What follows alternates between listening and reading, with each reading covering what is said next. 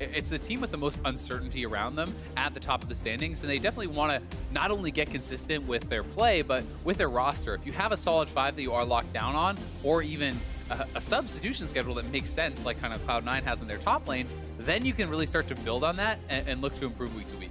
Well, we'll see what happens here in the draft. 2 high-base bans there for Dignitas. Cassidy and Corki going to get the nod versus Zach and Galio. FlyQuest looks like they'll be sticking to standard stuff on the red side. We'll see if Dig, though, have one more target ban for Fly, or if they're going to mix things up for their final Phase 1 ban as Rumble gets taken away from Balls. I think it makes quite a bit of sense here from Team Dignitas side. A lot of people feel like when FlyQuest is doing well, it's all through high, you know, through high, the high moon combo, and then it's through high being able to roam around the map, especially if LeBlanc is going to be left open. You can ban out some of the difficult matchups for that. So Keane is going to have a pretty advantageous mid lane already, unless High has some sort of crazy counter pick that he's been preparing. I mean, if there's anyone, it's going to be High that will have something up his sleeve, but we'll see how FlyQuest respond. There's Elise to start it off, so very standard first pick jungler. I think jungle's in a pretty interesting spot given the breadth of junglers we have in the NA LCS. Lots of different picks you can have. I think Elise sort of defaults to the best pick, but lots to talk about Rek'Sai. Maybe the tank junglers are shuffling back in, and there's Braum also for Fly. So sticking to the standards here for FlyQuest. It would be interesting, though. We haven't seen a ton of them, but Malzahar actually slams LeBlanc pretty hard. That is a matchup that's super hard for LeBlanc to do almost anything in. If you ever distort forward and you get ulted in a team fight, that's pretty much lights out. You can have the push in lane very easily as well. So not sure if High is comfortable on that pick or if it's something that he can look to be bringing out. Obviously, you can just play Orianna or whatever, something more standard, but that is a pick that I feel is being very underutilized in the meta right now. One of the people that have actually played it is High himself, so there's a possibility here. But Lee Sin and actually Morgana might put a wrench in the Malzahar plan. Have to see what the lock-in's going to be, and High is going to stick it back to the Orianna, a champion that he's perfectly capable on, but I feel like has never really fit the FlyQuest style to me. Yeah, it's always felt like FlyQuest at their best are, you know, this kind of high-flying, action-packed team where they're doing a lot of roaming, where they're making a lot of plays, and they're playing faster than their opponents. And Orianna is very much the standard, kind of more slow-paced play style that High has never really succeeded on with FlyQuest. No, certainly not, but certainly a strong pick, and FlyQuest are playing very standard here in their first 3 picks. Shen, though, will be their first ban in Phase 2, answered by Renekton from Dignitas, actually. So that'll be the 2 top lane bans taken out already. And it's also fair to say, you know, High has had some very good individual performances on Orianna. It just has not really felt like that was the team's identity most of the time. Orianna is super standard, though. It's most of the mid laners' most played champion. It's very, very strong as far as you can wave clear out. You have powerful team fighting later, and they are drafting along with the Braum. Already some pretty powerful team fight combos that you can look to pull off. We'll have to see where Ssumday and Balls are going to go. I mean, already more attention being thrown over Balls' ways in the pick ban. You know, 3 bans on him. A lot of people would consider Ssumday versus Balls to be a mismatch, but that being said, I think Balls has actually been performing very well throughout this split and above a lot of people's expectations, despite the fact that FlyQuest is not having a good season. No, and the top laners will get a final ban each. Fiora versus Kennen for Ssumday and Balls respectively, as Camille's actually locked in here. So actually a top lane pick with the Braum already locked in. Very rarely see this flexed. Yeah, and Fiora being banned away is pretty critical there because that is actually a very tough matchup and one of the carries you could play into it. That being said, if Ssumday does want to go the carry route, there are a lot of other carries that are very powerful into it, even something like Jax, which we've seen you know, Darshan just bring out, but you can just play something simple like Gragas in top lane. You can play very, very standard and look to kind of just even up that matchup.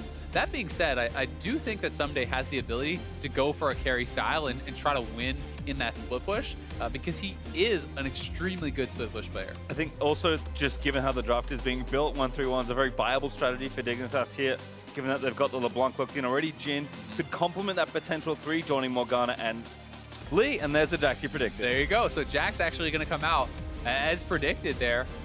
I mean, it's kind of funny. It's one of those things that I'm like, I think this is a good matchup, but I don't actually think they're going to play it. Yeah. And, he does bring it out. This is very exciting, and it does actually show a lot of confidence from Ssumday because you are left without much of a true front line. Sure, Lee Sin can build somewhat tanky, but generally speaking, you're going 2 damage items. Jax is not really that solid front line, so you do have to really commit now to this 1-3-1 play style. You want to have LeBlanc and Jax split pushing, taking over those side lanes, and I think it's something that they certainly can do. with these comps. And this last pick I really like for FlyQuest as well. I was wondering when Turtle was going to go back to Tristana, given how popular she was getting, but that's their final pick here in this draft. I think it complements the rest of their comp really well. FlyQuest have a lot of good ways to start fights, which has always been the thing they need, and the cleanup crew is pretty good as well. I mean, their initiation is pretty solid if Balls wants to group up with that Camille, but outside of Camille, you have to try to hit a Cocoon or, a Flash Braum ultimate or something like that. FlyQuest is certainly drafting for an extremely strong 5v5. The question is, will they ever have the opportunity to actually get it, right? Because that's not something that Dignitas is going to want to opt into unless they're in a very advantageous position, unless they have a great flank or very far ahead. They want to slow this game down, spread it out, and look to exploit those 1v1 matchups. I think so as well, and Dig certainly have shown that, they've got incredibly talented laners. I think Keane is pretty underrated, despite being a bit inconsistent. Ssumday's been incredible. And topside in general for Dignitas, Shrimps look great, especially on a jungle like Elise. I think Dig well set up here. I like their draft a lot. Even something like the Morgana pick, which you don't see that often, is kind of cool to see. I think my biggest question for FlyQuest, apart from can they find the 5v5s, is do they have the discipline to not play at the speed they normally play at? Because this is the kind of comp where you need to have a little bit of patience, and that is the one thing FlyQuest have been very bad at giving themselves. Well, they have had some really good early games, and if you can get ahead, they certainly have a lot of ways to push the pace as far as sieging turrets, maybe not picking those fights, but you can definitely siege up, with the protection of the Braum and the Orianna there for WildTurtle. Tristana is one of the best sieging AD carries.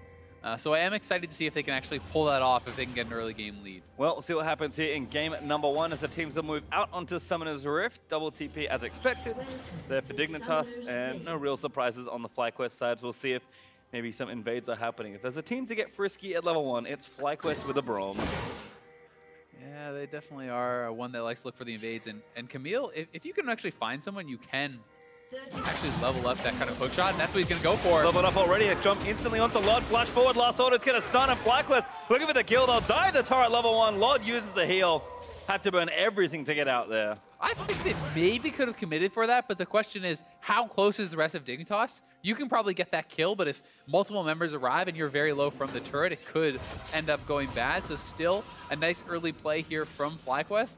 But that said, they blew 3 summoners to just get the 2, and Balls is already in a tough matchup. Now he has essentially a worthless level 1 skill in this 1v1, so Ssumday is going to have heavy lane advantage. If you start with the Counter-Strike, you can bully this out pretty hard, and Balls is really going to have to wait for level 3 before he can even attempt to do anything. Yep, no flash as well for Balls, so we'll see if Shrimp does want to visit there. Fans behind Dignitas right now, though. It looks like Ssumday's going to help Shrimp out on this blue buff. I mean, you could even look to do a very cheesy early gank. Shrimp is one of the guys who actually is more prone to do these sorts of paths, and he's getting a pretty big leash here from Ssumday. So you could look to see him do something like blue to his opponent's red to try to gank top. That would not really surprise me. Well, it's funny because the other jungler that's known for that is actually Moon, and they're on pretty aggressive junglers here, but looks like at least right now, pretty standard openings. Blue into Gromp for both junglers here, and looks like they'll smite away this camp potentially. No, Shrimp actually going to hold on to it. Moon's actually already cleared that Gromp, so again, looks like maybe just some early jungle clearing happening and no early visitations to the lanes just yet. And once Ssumday actually hits the level 2, you can start to go a bit more aggressive in this. If you feel like the jungler is not going to be around, you can level up your Q, simply hop in, use the Counter-Strike. And the Counter-Strike is really what this matchup is about, proper use of that. If you can actually use that to avoid a lot of the damage here from Camille, it can be pretty difficult. Even if Camille's going to land a stun on you with a hookshot, you can actually preemptively pop the Counter-Strike, so you will not really take much damage at all going out of that. So it's pretty tough, I feel like, for Camille, even relatively early on. And in the later stages of the game, I think you're going to get outscaled pretty hard. Kind of fun to see somebody that's consistently canceling autos very nicely, but Balls isn't biting. Looks like just going to keep the waves as even as they can, but Balls did safely make it to level 3. Ssumday actually a little bit far behind in XP because he was late to lane, I think. Yeah, well, and I mean, he's actually just letting the wave push towards him, so he's trying to play it very carefully. And while Balls does have his flash down, he's showing the respect over to Moon, knows that that combo could be very powerful, and he also knows that he's going to outscale his opponent in the 1v1, so even if you could perhaps get something done early on Jax, there's no real need to try to press that, so he's just going to hold the wave near his turret, and this is making it so that even if Moon did come up top, they couldn't get anything done. Explains all the fancy S spamming. Making sure those orders didn't come out. Looks like mid lane pressure for High is looking good, although behind in CS, unfortunately for him. As we check him on the bot side, Turtle already demonstrating the ability to buffer out of CC with Tristana's jump. And looks like they're just getting the lane pushed in nice and early. Keane looks for a chain. Does like trying to shrimps here as well. Q's going to land. He's going to go straight for it onto High. The High trades around and holds onto his summoners. And it's a nice chunk here from Shrimp because he has not actually gone back to base yet. So his health is not super important right now. He doesn't really care if he takes a little bit of damage there. Likely going to be heading back to base soon. And even if he wants to stay out on the map, Lee Sin has such incredible sustain in the jungle that him losing some health to the turret is actually totally fine. Whereas High now has to go back to base. Yep, gonna lose a wave here as well as he walks back down. Only an amp tome and a refillable potion. So not a whole lot itemized there for High. And of course, Keane can go back whenever he wants and TP back to lane if needed. So he's gonna recall now. We'll see what he has to purchase as Ssumday. Nice little stun there, landing onto balls. So bit of trade damage back and forth, and kind of as expected, excellent lane control here for Ssumday. Yeah, he's doing it very well and able to actually parry the last part of Precision Protocol, that big burst damage that can come out from the Q. So using his parry very intelligently, and that's so much of what playing Jax is about. But Moon is down here. Yep. He is spotted. Aggression here, but Lord actually might be in trouble already. Already got stunned once. Moon going to chase with the Cocoon. Misses first blood. Does go over. Turtle able to grab it. Now hops out of the way as Keane TP's down to seal the trade kill. But Keane now going to get stunned up, but Big still fighting it out. Moon forced to retreat as Ssumday aggressive on the balls once more, but the stun lands back in. Good trade there from the Camille. Really tight stuff here in topside. Ssumday going to use the Counter-Strike. Stun isn't going to hit though. But balls no cooldowns to go aggressive, and here comes Shrimp. Yeah, Shrimp is up here. This could be a tough dive to pull off if they want to go for it. I don't think they will. He's more just kind of escorting in that wave, making sure that if anyone comes up, that Ssumday has the safety, because you are very vulnerable right when you're just before crashing that wave. And High actually was roaming to the top lane, so good presence of mind there from Shrimp. Going to get a ward on the Krugs also, so a bit of extra vision into the enemy jungle. Might even be able to get some extra. Does get another ward down onto the Raptor pit. So top to bottom, that red side of FlyQuest jungle warded. It's a nice start here to the fight from FlyQuest. It seems like Vlad has pretty much accepted his fate. You know, you feel like maybe he could have kind of flashed out and bought a little bit more time, but does go down. At least they do trade the kill back. That being said, I think First Blood going over on that Tristana is going to make it a pretty nice play for FlyQuest. As long as Keane is not bullying High too hard because of the additional gold that he has picked up. Yep. Because High already had been sent back to base earlier and didn't really get a great buy for himself. CS has been evened up, so we'll see if that continues or if Keane's able to translate that early gold into more of a lead for himself. Total though, the BF sword to the serrated Dirk here, so certainly an advantage in the 2v2 for FlyQuest here in the bottom lane. Otherwise, nothing super fancy happening. King with an early revolver might be able to harass High down nicely, but High's actually got his last chapter already as these very interesting trades continue back and forth. Like you said, this is a very precise matchup. Yeah, and a lot of Jack's trading is about the third hit. So you'll see him whack a minion twice. The third hit is your ultimate passive, which is that bonus damage. So you look to hit it twice, then you look to jump on your opponent, you get that third hit off, then you use the auto reset with your W. So it's all about these efficient trades. And once you are level 6, you can consistently trade and really look to bully out. But Moon here could be in some trouble. Good tag there by Shrimp, but Moon into spider form. Doesn't need to pull the trigger on the rappel. A Shrimp not choosing to chase, but Keane. Nice little invade there from the Dignitas midsection. Able to chunk down Moon pretty low. It'd also be interesting to see if Ssumday is going to rush Triforce or if he's going to go straight for Titanic. There is kind of some debate on this, and in general, most players have moved entirely away from Blade of the Rune King on Jax. They are going Trinity Force, Titanic, and then Tank. That is kind of the standard high elo build right now. It does allow you to have the auto reset from the Titanic to get that third hit proc off very quickly. It's more HP for team fighting, and it's superior wave clear and push to be able to get those turrets fast. So this is a really nice move from FlyQuest. Yeah, very proactive, just going to the Infernal Drake, knowing that Dignitas were on some buy time, is kind of that bottom lane strength bleeding out towards that objective. And even though Balls is struggling a little bit in the lane, he's going to return with the Ninja Tablet. Still has the TP just in case. And he's going to try and keep Ssumday at bay for as long as possible. But like you mentioned, Jax eventually is going to scale out of control. Yeah, and when, although Tabbies are a very efficient build, when you are going the more defensive build as the person who is going to get outscaled, it can sometimes feel pretty bad. Because, you know, while you're surviving, you kind of want to do more than that. That being said, it's a long time before Camille is like out of this matchup, and she can certainly make plays around the map. Plus, it is a physical damage jungler on Dignitas' side, so it makes it even more of an efficient item and can help him survive if there is some of that 1v2 pressure. In general, it feels like the early game in the top half of the map's looking good for Dig, so have to see if Keane can maybe leave the lane a little bit more, because 1v1 it doesn't feel like he's getting a huge lead over high. But there's no real reason to rush, right? As long as you're doing well across your lanes, you have great scaling in top lane, you're looking to eventually go towards the 1-3-1. You know, Keane did not take a combat summoner, it's TP versus cleanse. So as far as the late game stage there of controlling those sideways, that is going to be an advantage. He'll be able to have more flexibility to move around the map. So game plan is pretty nice so far for Dignitas. The question is kind of, at what point do you move to those side lanes? You know, can you make a play, knock down a turret, and then kind of unlock that as an option? Because as far as like sieging potential, you do certainly give that favor over to Tristana above Jhin. It does feel like we're going to have to keep watching Turtle here on the Trist. Lightning going to go wide there from Big. As Trist certainly set up to scale nicely into this mid game. And Big has actually been playing so much Morgana recently. You know, originally when he brought it out against Immortals, you know, I was kind of thinking, hey, this is more of a takeaway from Olay. But then he was playing it against CLG. Now he's playing it against FlyQuest. So it just seems to be more of a comfort pick for him, and he's kind of making it his own. Really has been utilizing it quite a lot. And there's a number of support players who have been picking it up and playing it more and more, as it's really good into a lot of the playmaking support, shutting that down with the Black Shield. It works well into things like Braum and Elise with their CC, but also a lot of playmakers such as Thresh and Blitz. So it is kind of making a resurgence in the meta, and has been pretty effective. Has in general been nice to see how dynamic the metagame has been in a lot of different roles. I mean, mid's got a very wide selection of camps you can go for. Top's very versatile as almost always. Yeah. Even jungle's been mixing it up, but I think bottom lane and particularly support has kind of been the fun thing as we've moved through, halfway through the season now. Yeah, it really has been kind of blown wide open as far as metagame. And Shrimp is going to look to get behind high and kick him in. Yeah, that looks like a kill. Kick back through. Q's going to miss, but I'm not sure it's going to matter. High with the shockwave, and Keane grabs the kill. Nicely done there from Keane and Shrimp. Shrimp actually just setting up in that side brush.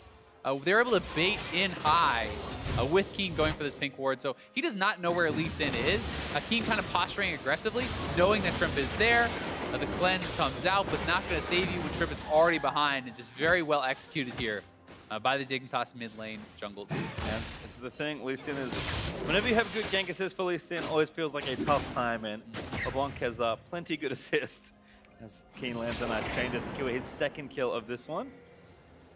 Question kind of answered. I mean, Ssumday, at least for now, is going to be heading towards that Titanic Hydra. Some players will go Tiamat into Triforce, but generally speaking, you are expecting him to just go full Titanic once you start down this route. And it will give you a lot of wave pressure, and it's kind of one of the evolutions of split push on some of these champions is people are realizing it's not always just about that 1v1 dueling, which Blade of the Rune King kind of is superior in. It's about how fast you can push the minions to the turret, right? And if you have this massive AoE push with the Titanic Hydra, you can get those minions to the turret faster, you can threaten those objectives faster, and you can also wave clear kind of defensively. It's harder for people to set up dives on you if you can instantly clear out a wave. It's kind of fun to see Dignitas. Again, we talked about them trying to build on their solid foundations and become more versatile. A lot of first-time champions actually here. Yeah, no kidding. I mean, again, speaks to how much the metagame has been changing as the patches have kind of moved through. It's been actually a really nice, I think, time for League in the competitive scene. Like, I do feel like this season has had a lot of flexibility, and that's the interaction I'm talking about. Counter-Strike comes out preemptively on that hook shot, and Balls is able to do no follow-up damage. It turns it around completely, and Ssumday looking for the solo kill. Flash forward, needs one last Q, but doesn't have it.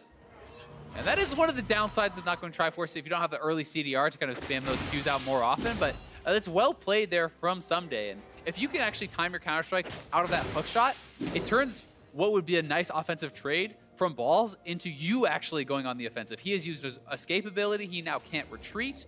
It becomes very difficult for Camille. See, Balls does return after saving his life, but looks like FlyQuest have had enough of that 1v1. They're going to swap Camille down to that bottom lane and move Braum and Trist into the 2v1, but Dignitas earlier on the play here going to move 4 people down to take the first turret in bot lane. And you have to feel Dignitas is the ones who want to go into this 1-3-1 style play.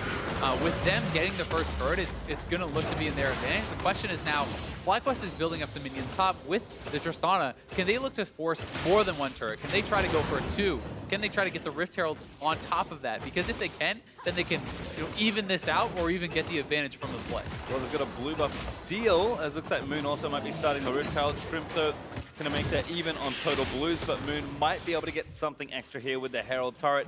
Low and top side does go down as Turbo able to demolish that one.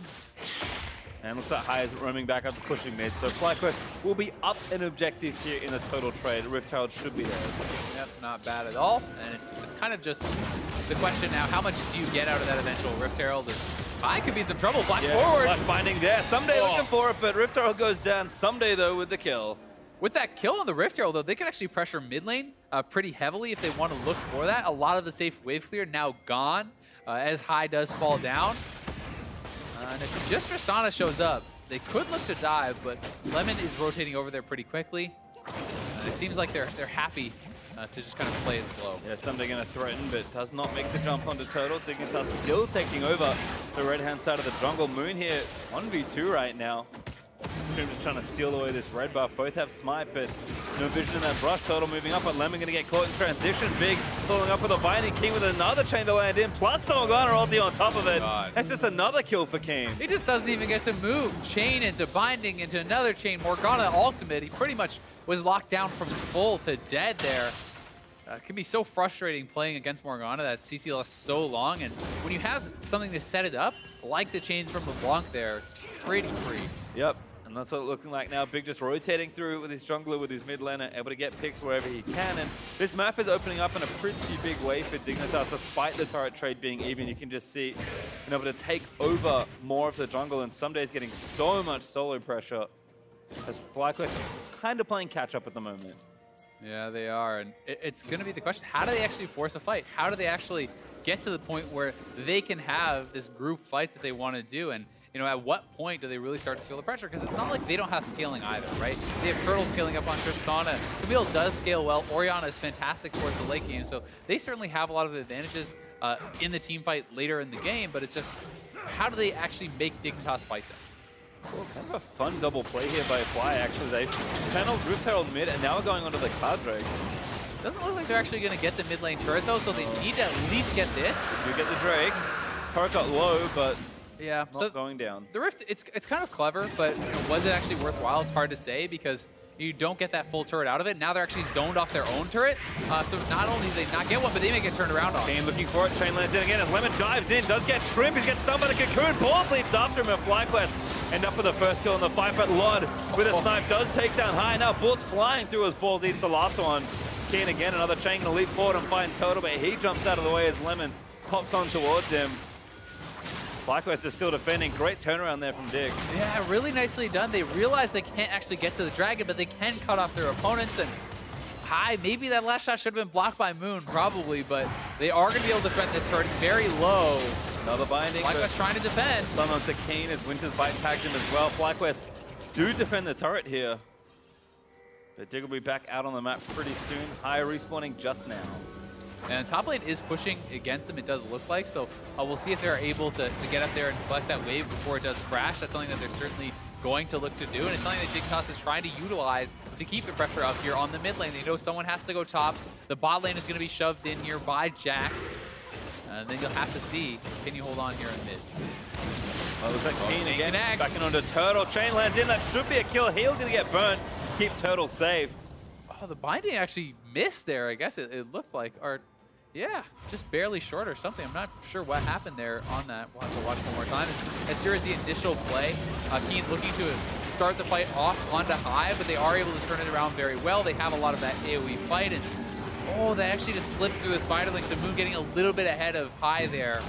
It does cause his mid laner to have to go down. Being able to follow up here, and I don't know how that one ends. Just in a trade as FlyQuest still trying to hammer away at this mid turret. It did get low from the Herald play, but low is not quite good enough as far as getting that gold and opening that space up goes. Yeah, having these items start to come in now for the LeBlanc, for the Jax is very big though. Having the Gunblade does unlock you in the split push that much more because you can kind of opt into these trades over and over and heal back up. Ssumday may want this fight, but it is a red buff Camille, and you have to give a lot more respect over to it now because of that. It does just expire, so making me a liar, but... Falls as Trinity Force as well, so certainly not out of any sort of 1v1 duel. Pro players will have to play pretty carefully to come out on top. Make a play though on bot side. A lot of members down there. Ssumday is respecting it, but it means he's gonna have to give up a lot of farm, and likely the turret here too. So this is well rotated around by FlyQuest, knowing LeBlanc is topside. They can look to force turrets. That's really one way that they can get an advantage back and eventually force Dignitas to respond, which could push them into that fight that they don't want. One of the nice things about Tristana of Ssumday going to try and leap straight on top of Turtle. Damage is massive. Turtle trying to return fire. Lemonnation rooted. Big with another nice binding. And here's the coach call from Lod. Keane over the wall, going to try and snipe some people down. Big with a big flash ulti, but doesn't quite secure too much else. Finally going to eat the last binding there from Morgana.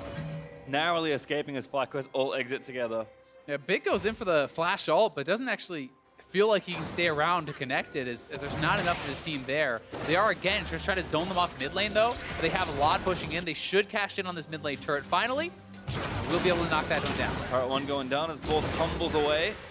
Another binding lands, this time onto Moon. Oh, the red buff? No, okay. Turret does fall. Dignitas actually the first one to crack open mid. Continuing to match turrets there versus FlyQuest. And Ssumday just doesn't need to move right now. Gonna get, again, that Titanic push nice and quickly.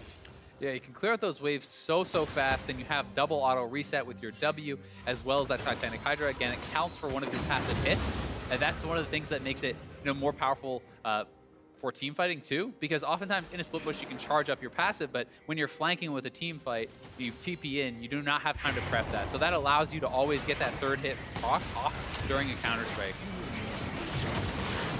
So Lod Big is going to do some farming, leaving one little raptor there. Shrimp actually also taking some jungle away, so Dig again doing a nice job spreading out, making sure FlyQuest can't get grouped, and that Turtle does still have some money to spend. Hasn't really completed a first major item just yet, so Fly, despite what they've been able to do with their Tristana, not in a position yet to force a fight A, which is maybe going to be their issue, but even if they could, win one. And no one is up here responding on the top side, and Dignitas giving the respect that someone probably is coming, but no one was actually in place at all. They could have easily knocked down that turret had they had that information. Credit goes to FlyQuest's vision control for not really allowing their opponents to have those deep wards and know that no one would be up there. But still, they are feeling like already starting to lag a little bit behind in lane assignments and having the people at the right place at the right time, because when no one can 1v1 the LeBlanc, you can't just send your Trista by herself to farm against LeBlanc. You need support, which means that there's going to be an uneven matchup somewhere else. Yep, gold lead still up for Dig, about 2,000 gold currently in the lead, as WildTurtle did go finish his static shiv, so Infinity Edge should be up shortly. Just needs to farm the last bit. And Ball's roaming up towards mid lane. They are going to try to look for a catch, but right now it's Turtle in trouble. Going back in, Lemonnation going to try and turn it around. Good play there from Fly. I know they had to fight out of there, but no kill on the Keane. He's at FlyQuest again, still playing catch up around the map as Ssumday gets the bot wave pushing once more. And it's going to be up to the rest of his team to actually try to wave clear this out, keep them alive, because the three-man squad, if it's jungle, AD carry support, they don't have fantastic wave clear. I mean, yes, they have some with the Morgana and the Jhin, but this is not super high wave clear. Good cleanse by High. Forced to burn the Summoner is Big with another accurate binding. Also Infernal Drake up here, so Dignitas just making some space around the objective. Leeson and Jax will finish this off very quickly. Yeah, as long as that mid lane squad does not get killed and can continue to wave clear, you're going to get advantages elsewhere on the map. So that is really the goal. In these split push games, it's not just about Ssumday succeeding in the side lane. A lot of the difficult play comes down to how do you balance pressuring and wave clearing and keeping threat on the map as the three-man squad versus not getting caught. Because if you do get caught and your side laner is far away, you can sometimes lose Baron and things like this, and the whole gameplay can fall apart very, very quickly. Thankfully for Dig, the first part of the plan is going well. Ssumday is actually looking very good currently. Still with the CS lead and just happily, carefree pushing waves down in the bottom side once more. Ball's a little bit more item. He's got the red buff now. He wants this fight. Ssumday actually leaps over the wall aggressively to flank behind Balls, who's going to have to try and get out of here. Stun. Ooh, he's not going to connect, but Shrimp's here to try and finish it off. Q lands in. Balls flashes after it, but Shrimp doesn't follow with the flash kick. Ball's actually going to live. Huh. I mean, he had a ward available. He could have easily ward hop kick flash, but I guess they're not certain that they can get that kill and not certain they want to commit that much over to it. So either way, they're happy taking the small win. High with an ulti, trying to catch Keane, but Keane just popped forward for a bit of harassment. It looks like an all-in, I suppose. So nice little feint there from Keane to get a shockwave out of Orianna. It's so tough dealing with LeBlanc because of that, because she is so evasive. You can just jump forward, distort right back after a Q gunblade, and like you can do these very quick trades, and it's so tough to deal with her in the 1v1 because of that. But at the same time, it can be really hard sometimes for LeBlanc to find effectiveness in a 5v5, where there's so many forms of CC that can hit her, and if she does get locked down, she can very easily go down. Well, I like the Banshee's Veil second here for Keane as a result. It's been a pretty popular item. LeBlanc especially. Stun onto Big by Moon, whose cocoons have also looked good this game, but FlyQuest again still trying to get the band together and maybe knock down this last outer turret. Turtle does have 2 items now finished, so power is getting there for FlyQuest, but Dignitas just enacting on their plan a little better than FlyQuest, and that gold lead they do have is helping out somewhat, but it's mostly just been a solid execution of the plan they all started in draft. Yeah, they're playing it very intelligently. And it does look really good for now, but one pick like that can turn the game around. They could look to force around Baron now, or try to aggressively siege, and if you can force Ssumday into a team fight, and he's not the absolute strongest there, so FlyQuest for now are not going to start at the Baron, they're just going to look to knock down some turrets. Yep, they'll take that first turret, but may still have a little bit more to come. Now moving over towards the Baron side of the map, but King with some nice wards down on FlyQuest. That time is still pretty short. Shrimp up in 15. Oh, Big may be caught now as well. Could be a bait, but a good Black Shield might keep him alive. Turtle flashes after the jump forward, looking to take him down. Does get Big. As Lod's going to get exhausted. Also chasing, but TP in from Dignitas. Looks like it's King going to join in for the fight. But moving to the stagnation, takes down Lod on the other side of it now. Gets out from under the chain as he flashes out. Huge. That is a dead man's played Elise. This is not even a full AP Elise, and he just erased Lod off the map. And that is one case where Turtle's aggressive plays do come up big, right? He does not get punished for that. They get a pick on the support. They kill off the AD carry as well. And here's the initial play. A nice cocoon into Shockwave combo. Shrimp gets locked up. Very well set up there by FlyQuest, baiting with that ping board over the wall. And then Turtle recalling in the side brush here. Big thinks he can move forward, and he decides to commit on the play, feeling like he can actually take him out. And he is right, but this is risky, right? You jump forward like this, if you do not actually kill off Big with that last shot, you do not have a reset to go back out. But he has the confidence in his team. They can follow up, they move in, they get the play, and then Lod just gets popped by Moon. Yep, flanked by the very speedy Elise, but certainly an unexpected assassination. A nice play from Moon. That's FlyQuest. A few extra kills after that play. Still no objectives really being taken. Did get the mid outer turret though, so kind of took the thing they came for and got some extra credit. Yeah, the gold is pretty much dead even now, right? So it's just who can execute the game plan better. Can FlyQuest get those picks? Can they force Dignitas to get into these team fights and really execute their advantages there? Or can Dignitas slow down the game enough that eventually Ssumday will take over, that he'll get to this unstoppable point on the Jackson? With those 2 items completed, he is getting closer and closer to that.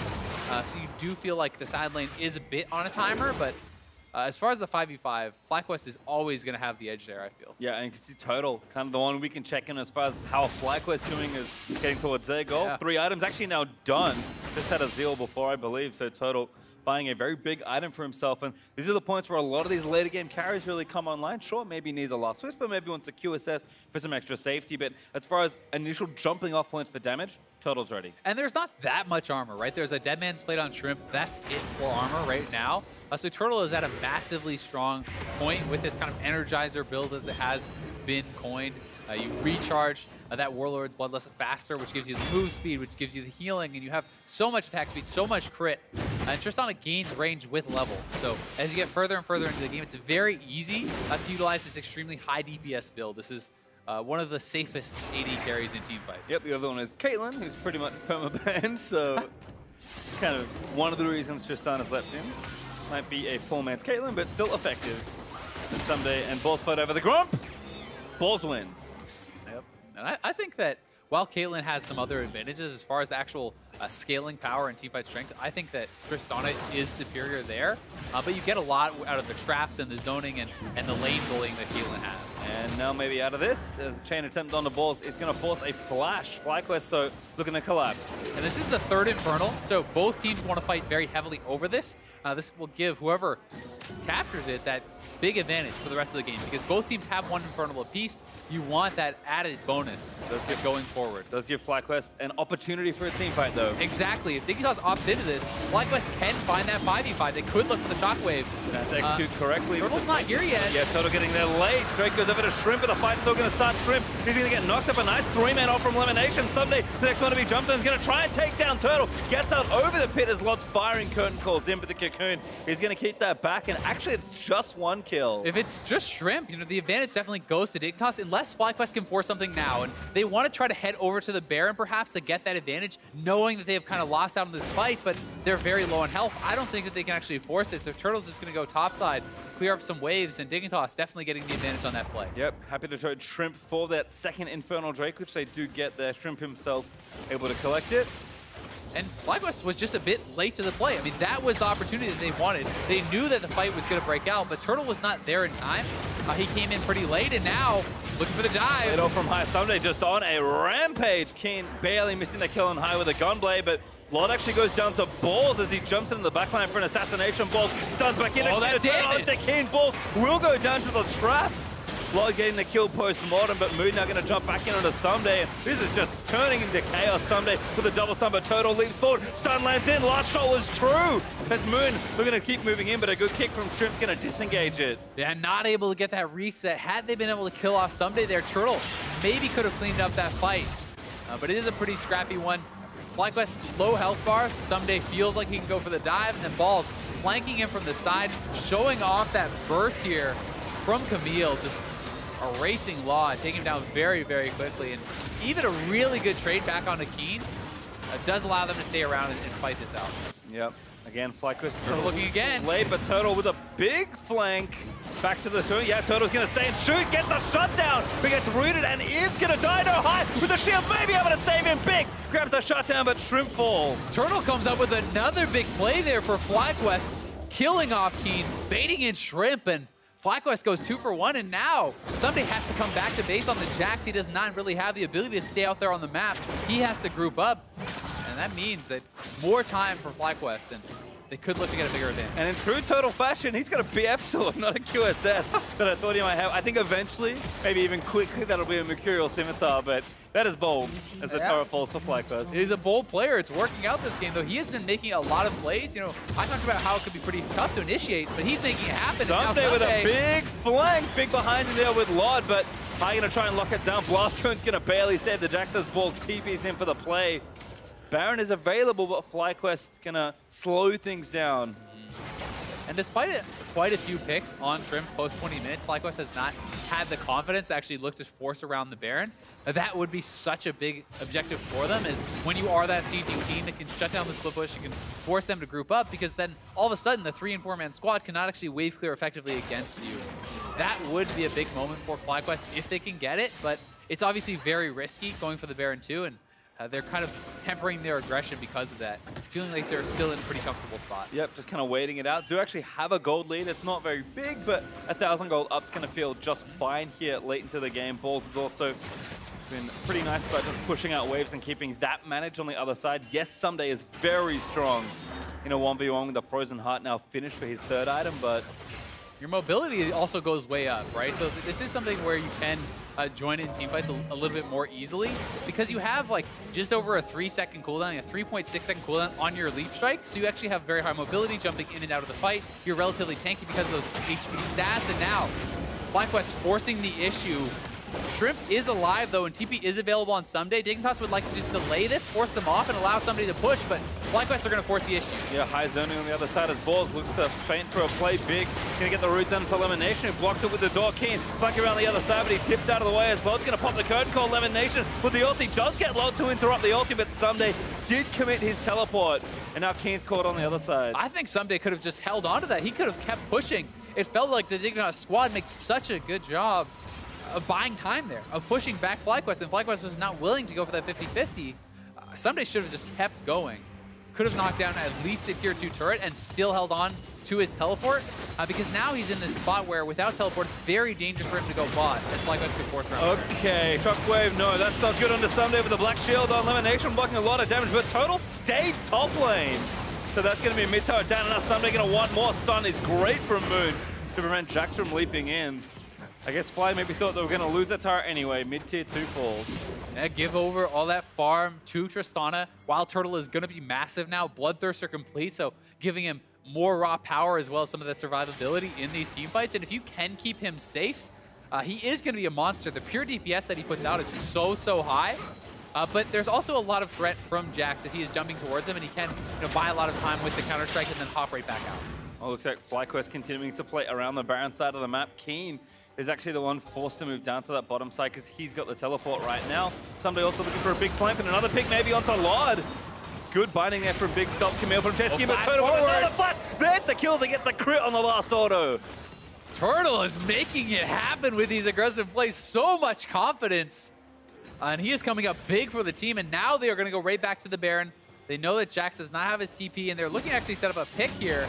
Dignitas may get caught out. Oh, good flash there from Big, but Ball's going to follow through. Ssumday's the next target, but FlyQuest regroup behind their top laner. Yeah, but Big is actually caught out of position. Balls is going to chase him down. That will be a kill. It should be a 5v3 in the extended play. FlyQuest could look to get that Baron and really take a stranglehold on the game, but Ssumday is making them question because he's pushing up mid. And oh, they commit the ultimate, and now Shrimp's going to fall. Big does fall to Balls, and that's going to be Baron over to FlyQuest with the jungler falling. Ssumday is trying to salvage it here, but he's caught out. Yeah, and smart play there from Balls, checking that push, knowing that Jax could be there. Ssumday now has no option but to try to crack the base, and he can't really kill Balls under the turret, I don't think. He's going to go for it anyway. Yeah, actually losing with the Baron up creeps as Baron does fall to FlyQuest stun, looking for Balls, but he holds onto it. Ssumday, though, still with the Counter-Strike, lasts so long. And Balls is not going to let him get out of here. He's going to try to delay it as much as he can so that WildTurtle can get here. There's Turtle forcing the flash already, and that should be an easy cleanup here for Turtle. Needs a few more autos. 1, 2, 3, that's enough. And Turtle, the benefactor of so many good setups here for FlyQuest. He's been doing so well for himself, and now such a long death timer on Ssumday. They have the Baron buff. This is very difficult to wave clear against, and Dignitas does not want this team fight. This is this critical juncture that we talked about. If FlyQuest can get that Baron, if they can group up and really force on a Dignitas, there's not many answers left. And Dignitas now, they're facing down the fact that their inhibitor is going to be getting cracked pretty soon. And this is a team that with momentum is very deadly. FlyQuest, no signs of slowing down, I have to think, as Turtle is able to very easily siege this turret. Level 17 on this Tristana with still an item slot to go. And this mid hit is going to go down. Yeah, there's just really nothing that Dignitas can do about that. And they didn't even need the 5-man squad. Balls is pushing down bot lane, so they're going to get a big injection of gold in and be able to get even stronger here. They can retreat back to that Earth Dragon, pick up that, buy up their items, and they will be in a very, very good spot. Well, we'll see exactly what they go and spend, because a mountain of gold for FlyQuest. I'm not even gonna. I did check what the gold was. I'm not gonna do math. It's a lot. That's the easiest thing I can tell you. I thought you were making a joke about the Mountain Dragon. No. That's give me far too much If it was Phreak, he would have certainly been making that. He would have. That's why I didn't. 6,000 gold up for FlyQuest. So they're gonna go back and spend that big trove of money. And it's just really felt like the issue with Dignitas' draft is they can't actually get LeBlanc into the split push because they don't have enough wave clear without her, and they didn't draft really powerful wave clear, with their AD support and their jungler. And if you can't have that 3-man squad defending by themselves, wave clearing by themselves, it's really difficult to have Jax and LeBlanc in the side lanes for long enough to really get that pressure down. Yeah, and Lord has been pretty much a non-factor in so many fights. He's getting picked up by a lot of FlyQuest flanks. Train lands on Lemonnation, but he is awfully tanky. They may try to force here. Camille is bot. This could be a chance for Dignitas to look for a 5v4, but I don't know if they're even confident in that 5v4 with Tristana this strong and having that much. Turtle's just in, straight onto Big, and try and take him down. Lemonnation leaps in to protect him. Turtle gets rooted, but he doesn't care. And all they need to do is buy time. Camille is going to be on this inhibitor turret, and they're going forward. Assassination finds one as Log gets tagged. Glacial Fit is going to knock him out. Winter's Bite stun, not even needed as high. Able to take down Lord, and Ball's doing work with Ssumday now forced to answer. And I think that's going to be all she wrote. I mean, FlyQuest, they are not going to be able to be stopped here. Knock down another inhibitor. They have a minion wave coming in the mid lane, and they can just look to end the game. That one Mountain Drake enough to deal a little bit of extra damage to these turrets, and with the death timers being long and the Dignitas bottom lane absolutely dead, a kickback for Shrimp might not be enough to save it. Keane, 2 shots almost enough to take him down. The next is exposed, and FlyQuest with a very impressive Game 1 win. really well done for FlyQuest, despite getting behind early on some of those plays. That has been their strength. And here they kind of turn their weakness into their strength. Their late game, their mid game was very effective. A turtle coming up so big for the team, making some of those risky plays on the Tristana, but able to really take over as he was able to capitalize on them, pick up so many kills. He crushed this game on damage and really was a monster for FlyQuest. I mean, that's the turtle I think everyone wanted to see when you hear the news that WildTurtle is joining FlyQuest. Those are the plays that you expect, and Turtle finally delivers. Yeah, I mean, he's able to deliver it in such a big way, and it's fun to see him succeed in a way where, you know, he's also kind of failed spectacularly, right? Like, he has the confidence to still go for that play style, and it allows him to hard carry this game, it felt like. Well, we're going to have a look at the game here. You can see the team up on your screen. We've kind of gone through Dignitas' plan. You did highlight that defensive trio may have not been the best choice, but on the FlyQuest side, I think just a really solid draft from them, and I liked especially the just Tristana Braum and then some early stuff to help High and Moon get through the game. Yeah, I mean, I think they had a very powerful team fight composition, and they played better around what their win conditions were, right? They were the team that was able to force more upon their opponents,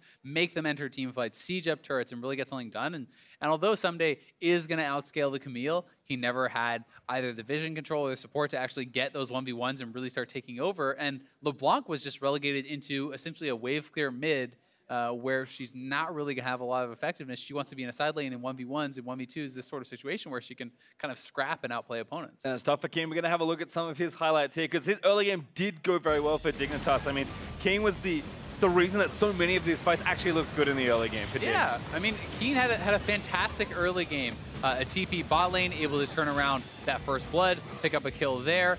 Then they bait in high, they grab another kill for themselves, and it's these kind of scrappy, skirmishy fights that LeBlanc is most effective in, but they simply were not able to get him in these situations much throughout the later stages of the game. They kept picking off High, but High is on a champion where he can simply group up and play a more supportive role. It's kind of be the second fiddle to WildTurtle, but they were not able to actually have that happen. They were not able to have Keane in a side lane 1v1ing Orianna and continue to extend the advantage, and they never got anything big off of these kills. They would get an individual pick, but they wouldn't get a turret. They'd get an individual pick, but no Baron, no massive follow-up to kind of capitalize. Yeah, you could see a lot of those, just based on the levels, that was pretty early into the mid-game there. And then at some point, things just started going wrong for Dignitas. And it really was FlyQuest and WildTurtle who we're going to have a look at now. So many just Turtle classic plays here. And this is kind of how it all started. I mean, these are a lot of risky plays, too. I mean, that's why it's the Turtle classic. Yeah, executes them very well. Flashing forward onto the Morgana into a binding, but he does get the kill, so he resets. And, you know, looking for these really kind of aggressive plays. Turtle able to join into this team fight. He's able to just jump forward again, looking for more kills, looking to force out summoners, getting somebody to flash out of there, having confidence that his team will protect him and that they will keep him alive, and then jumping onto the LeBlanc. Keane distorting back, thinking that he could maybe escape with the help of Big or perhaps turn around a kill. But again, he's able to stay alive for long enough for them to get not only the first kill, but the second on the Shrimp, and that was really kind of one of the big turning points of the game. And I think for me as well, Turtle, yeah, pretty big smile there as FlyQuest regrouping after their Game 1 victory. Yeah, I think the support of the team was the thing that really changed it for me, because so many times Turtle made their plays, even on TSM when they won in the spring, and it just looked silly. But here he's jumping in, and Lemon's behind him. High is there with the shield, and Moon especially is there to follow up with just the aggression that FlyQuest are really known for. And we'll see if they can continue that, or if Dignitas can kind of shape up a bit. You know, it would be interesting to see what this game looked like if they had a wave clear mid, if they have someone like Zyra who can really help out with the support. You know, how effective can somebody be on the Jax? Because it just felt like, although he played well in lane, he never really had a chance to get his work done. Well, we'll see if Team Dignitas can even up the score when we come back with Game 2 against FlyQuest. Don't touch that browser. You're watching a North American LCS.